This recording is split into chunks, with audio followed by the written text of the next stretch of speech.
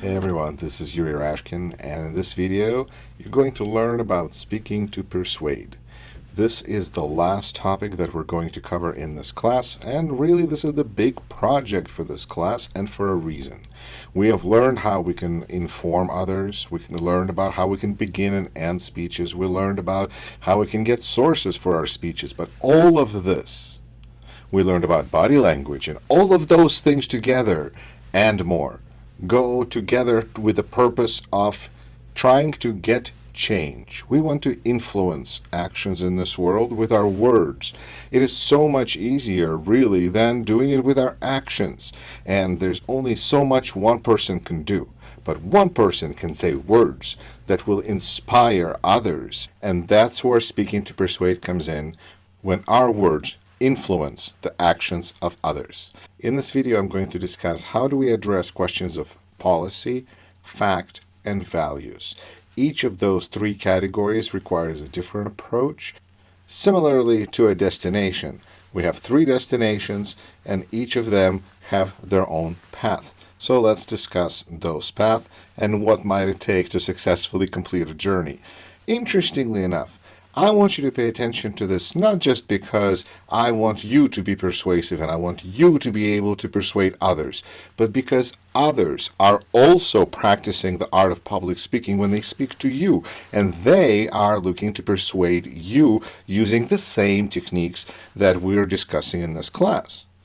Which means that if you are aware of how public speaking operates, essentially, and how persuasion works, should you come sometime somewhere in your lifetime against somebody who's trying to persuade you, you will know more about how they maybe should be going about trying to persuade you better, because you have taken this class and you know what public speaking and persuasion is all about.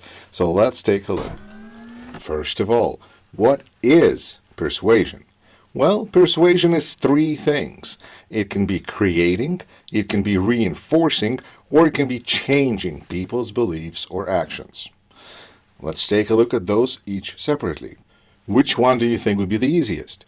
That's right.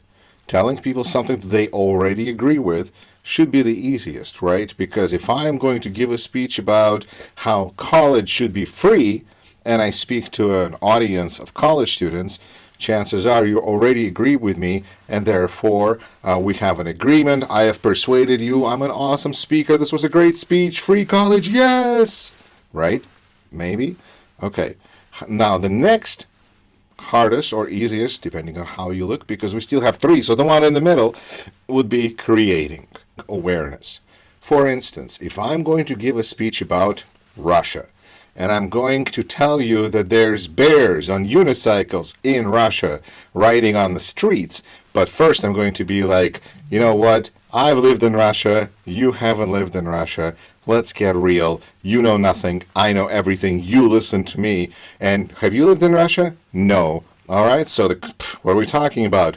I'm telling you, there are bears on unicycles riding on the streets of cities in Russia. Somewhat persuasive, right? It's hard to imagine bears, but then again, who knows? And you don't know. You've never been there. You don't have an experience or impression of this topic per se, for most of you. So what I'm doing in essence, I'm creating an impression. And that's next easiest or hardest form of persuasion. And the hardest thing to do is to persuade people in something that goes opposite of where they're currently going. Get people to change directions, whether it's you trying to change somebody else's direction or somebody else trying to change your direction. It's very difficult to do. It's the hardest of all three of these forms to do. There is no wrong answer. There's no right answer. This is just your answer. So please go to discussion board and answer the question, if you could persuade anyone of anything, what would you persuade them of and to do? Maybe this is somebody who is in your life. Maybe this is somebody like your mother, your father. Maybe it's your manager to get more hours or pay per hour. There's a variety of different people you may want to persuade. Or maybe you'd want to persuade people to pollute less. Who knows? The answer is up to you, but I'd like to have you think about it and then leave an answer in the discussion group. Motivation. This is something that gets us to do things. And sometimes this can come from the inside, and sometimes it can come from outside. What do I mean? Well, in the past, I have asked students what motivates them to get good grades. And the answers that I got back told me about what motivates, whether the motivation for getting good grades within this person comes from within this person or whether it comes from outside. Because some students said that getting good grades makes them feel good inside, makes them feel accomplished. And others have said that their parents pay them money for good grades. So you can see which one is motivation external and which one is, internal. Now, some people are more motivated by external stimulus like money, and other people are more motivated by their personal sense of satisfaction. Individuals are different, thank goodness. But it's safe to say that the best kind of motivation is external motivation and internal motivation. So when those two are working together, we really have something that is going to motivate people to take action, which is what we're looking for them to do. Ethics in public speaking and in persuasion are a huge topic that we're only going to touch on this much right here. And that is to say, first of all, ethics are important. Ethics is the difference between what is right and what is wrong. And it's really simple, so when something you feel is wrong, chances are it is also unethical. This is an idea that was originated by Immanuel Kant, who was a philosopher in Prussia in 18th century, and his goal was to replace religion, because this was the Age of Enlightenment, and really he was the reason for the Age of, he was one of the big thinkers, is that we don't need to have God to tell us what's right and what's wrong. We need to be able to do it within the societal level. We don't need to always go to a church and say, was this the right thing to do? Was this what do you think? We need to have some common standards. And in the video on ethics, I will go into more detail on this topic. Suffice to say for now, when we are being unethical, we show, first of all, that we do not care about the means to get to the ends. We are so concerned about getting to the outcome that we desperately, desperately want, for instance, that we care less and less about what it takes to get there. And we make unethical decisions. Sometimes there's a term ethics of means being used, where a theory is that if people have more means, they also tend to be more ethical, and they have a higher standard of what is right and what is wrong. And when people have less means, they tend to be less concerned about ethics, because the means that they have are so few, they cannot almost literally afford ethical standards in order to exist. And therefore, ethical standards are cultural standards. If we use means that are illegitimate, unethical, what happens? We'll lose credibility. If we tell people that things are going to be fine and things are not fine, and we keep telling people things are fine and fine and fine, and because we don't want to, scare people, then that would be an unethical, it would be the wrong thing to do, right? Wouldn't you say it'd be the wrong thing, wrong approach? So we can say it's unethical because it also fits another part of the definition of ethical public speaking, which is credibility. We really are concerned about our credibility as public speakers, because if we don't have credibility, we have nothing. If you know that a particular speaker is a clown, and as far as they're concerned, nothing bad about clowns, but it's just not somebody that we take seriously, and we presume that this particular speaker, we have decided, is just not credible. If a cute little child is going to come out and speak about surgery, we're going to say, they just don't have any credibility, right? So when we are unethical, when we are seen as being unethical and doing the wrong thing, we lose that credibility. And then nobody listens to us, and then we're like a little baby speaking about medicine and surgeries with something we have no idea about. As an example, I had a student in my class who gave a speech on the Bermuda Triangle, and his thesis was that Bermuda Triangle is haunted. And to make his point, he kept citing this book by author who said supposedly that all of these things that happened in Bermuda Triangle, where planes disappeared, ships disappeared, whatever, that was all due to something unexplained, or it wasn't easily explained. There was no reasonable explanation for those things occurring. And I thought, wow, somebody wrote a book about this. This is so interesting. So as the student was speaking, I double-checked the book. And what I saw is that the book was indeed written. And it was by that person. It did exist, but it said the opposite of what the student was saying. And so he was citing the source to say the opposite of what the source was saying. Actually, there was no problem that the author felt in the book that there was a explanation. But because the student didn't care, he just needed to get the speech done, really, and the details didn't seem to matter to him so much, he did an unethical thing, engaged in unethical behavior, and therefore his credibility at that point suffered. The psychology of persuasion. This is a good one, because we have to think about what's in the minds of our audiences. What are the challenges that we're dealing with, and what are their issues that we are solving? We are addressing their concerns. Listeners process persuasive messages in the same way that we are having a conversation every time we're having a conversation. We say something, somebody else says something, we say something, they say something, right? That's a conversation versus a monologue where we just go, we speak uninterrupted, like I'm speaking right now. This is a monologue. However, if I want to make this more of a conversation, what I want to do is I want to insert a little pause. Because what that allows for is for the audience to think about the conversation and make up some kind of a thought about this. Otherwise, they're just kind of stuck where they were when we found each other, and we're not letting them time to even digest the thought and think about things. Here's the problem, is that we have a group that is not able to speak back at us. I can't say, "Hi guys, I'm Yuri," and everybody else answers back. But what I can do is I can say, "Hi everyone, I'm Yuri."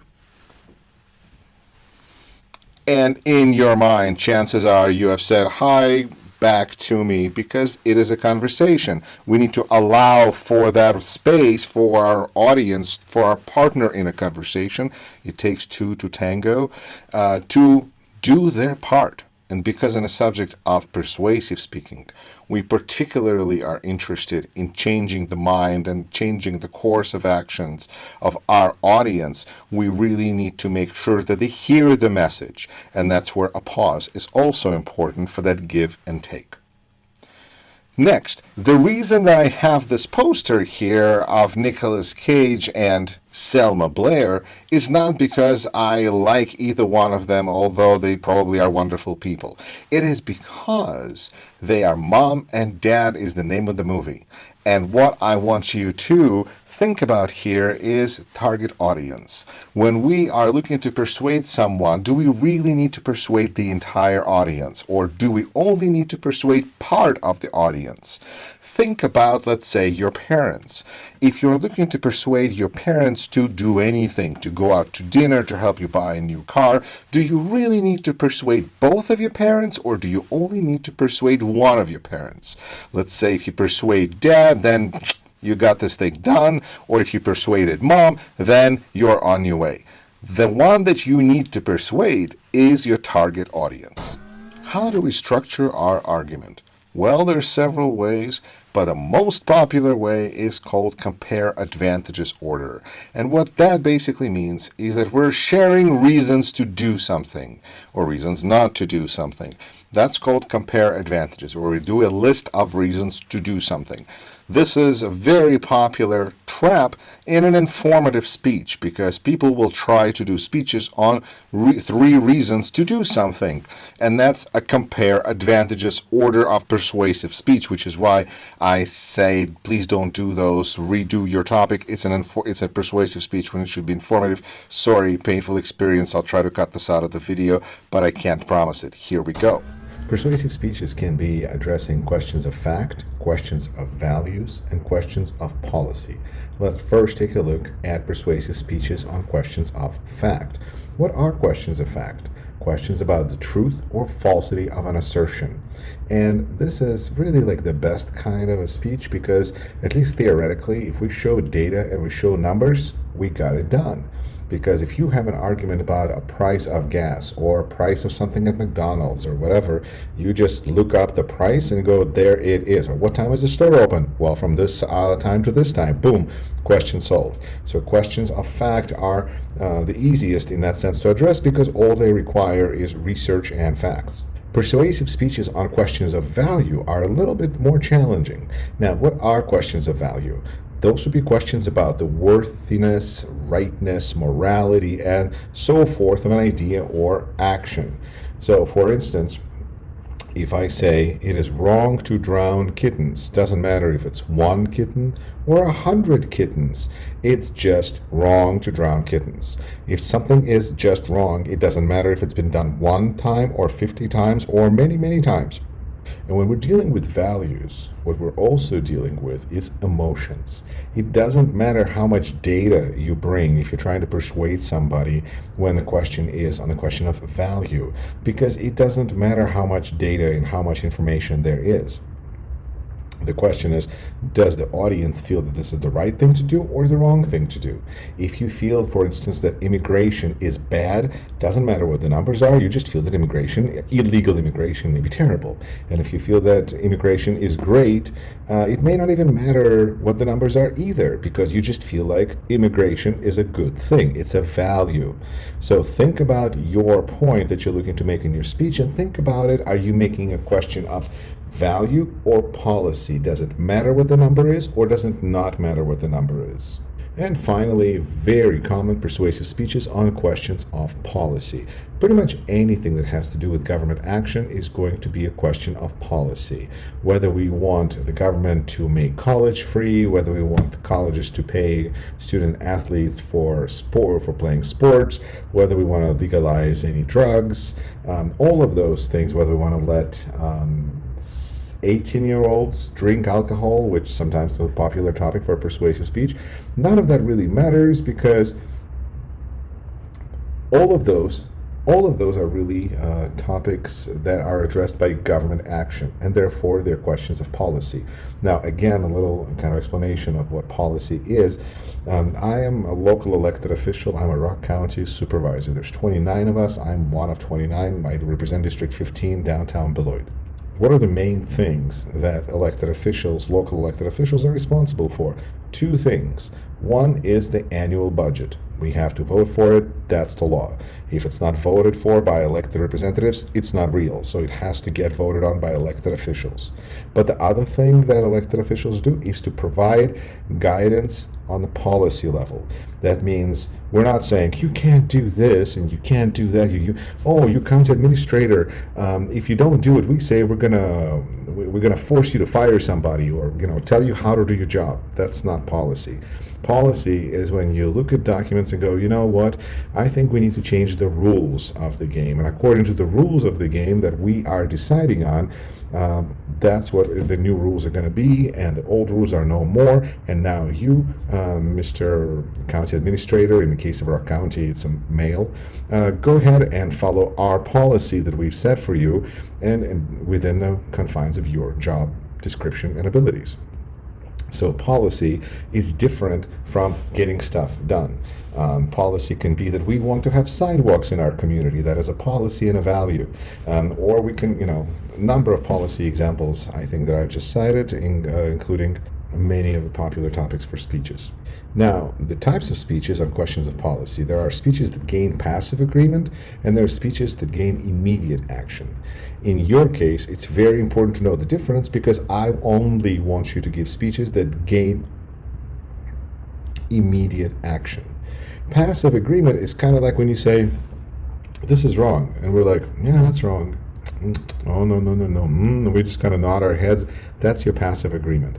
I'm looking for you to give us something that will result in immediate action, which also stands for call to action. That if you look at the template for the persuasive speech, you will see that the thing before last at the conclusion that you have to have is a call to action.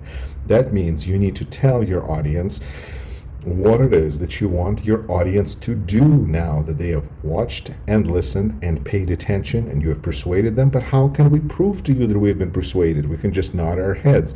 That's passive. We want more active engagement, and therefore I'm asking you to make sure that your call to action is specific, that allows everyone to do something. Not like, oh, I hope that next time you're in a conversation you'll have more reasons to argue your point. No. I want you to give us either a book to read or an app to download or a movie to watch or a place to go. If you're going to tell us a place to go, then give us contact information, open hours. If you want us to adopt a pet, give us the options. Where can we go? Where can we call? Again, very specific. And so speeches to gain immediate action. Organizing speeches on questions of policy presents us with a very popular and the second available option for your persuasive speech. The first one was comparing advantages order. Second one is problem solution order. Problem solution order is a method of organizing persuasive speeches in which the first main point identifies a problem, the second main point analyzes the causes or effects of the problem, and the third main point presents a solution to the problem. There are three aspects to analyzing question of policy that you need to be aware of. First one is need. The first basic issue in analyzing a question of policy: is there a serious problem or need that requires a change from current policy? This need for change is very, very important for a persuasive speech, simply because we as humans, we don't really like change, and unless you explain to us that our current solutions are not working, we're not going to pay attention, because we're going to be like, why fix something that isn't broken? So the first thing we have to do is we have to explain that something is broken and there is a problem. Now, there's a book that I highly recommend. I've read in grad school, and it is Structure of Scientific Revolutions by Thomas Kuhn, who was a philosopher in the 1960s when the book came out. What he does is he goes through famous scientific discoveries, and he analyzes how they were accepted. For instance, we thought for a long time, not me personally because I wasn't alive back then, but for thousands of years, people thought first that the Earth was flat, and then they thought that the world was revolving around Earth.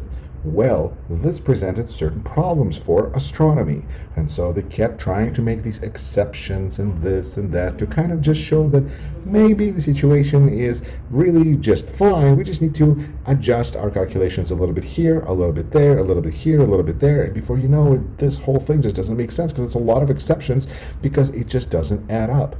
And then Copernicus comes around and says, if we just rearrange our system in such a way that we put sun in the middle of the universe instead of Earth, all of a sudden, all of our calculations, all of our predictions and expectations start to make sense, and things show up. Heavenly bodies show up on schedule. They show up when they're supposed to. And people are like, well, there's church, but this thing just makes sense.